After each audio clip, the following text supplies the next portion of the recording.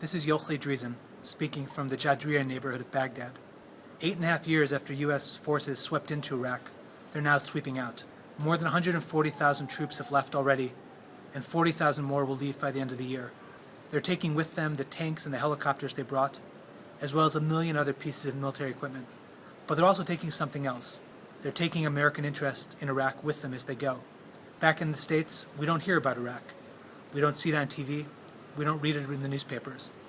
But the biggest question of the Iraq War, the one that after 4 years of hard fighting, 8 years of total war, 4,000 dead, $2 trillion spent, has still to be answered.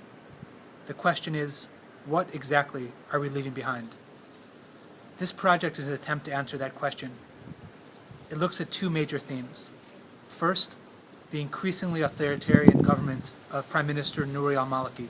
He was nominally elected democratically, but of late looks more and more like the Arab dictators who were thrown out during the Arab Spring. He's arresting journalists, arresting opposition politicians, beating up protesters, bringing much of the Iraqi security forces under his direct control. And American officials openly admit they don't know what he'll become. They don't know if he will ultimately be a democrat or a dictator. The second project is trying to look at Iraq's relations with its neighbors. The Sunni Gulf Arab states, Saudi Arabia and Kuwait primarily, who have long been uneasy about Iraq, and its Shiite neighbor, Iran, with whom it fought a bloody war in the 80s, but with whom the government of Iraq has moved increasingly close. This story we're telling through Basra, the oil-rich city in the south, which feels as if it's gotten a short stick from Baghdad and feels like it's been damaged by Kuwait. In response, it's turning to Iran. It's reaching out to Iran. It sees it as a friend. It's proving in some ways that the belief here still stands, that the enemy of my enemy is my friend.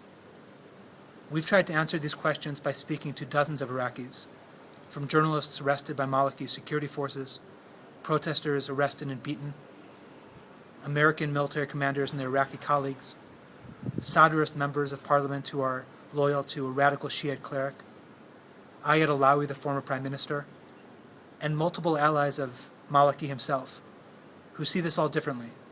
To them, he's a strong leader, and a fair one, and anything that's done along the way to make the country secure is worthwhile given where it was just 2 years ago. 8 years into this war, we know one thing about Iraq. It's confounded and befuddled Americans since we came. American hopes have been dashed. American projects have gone on the rails.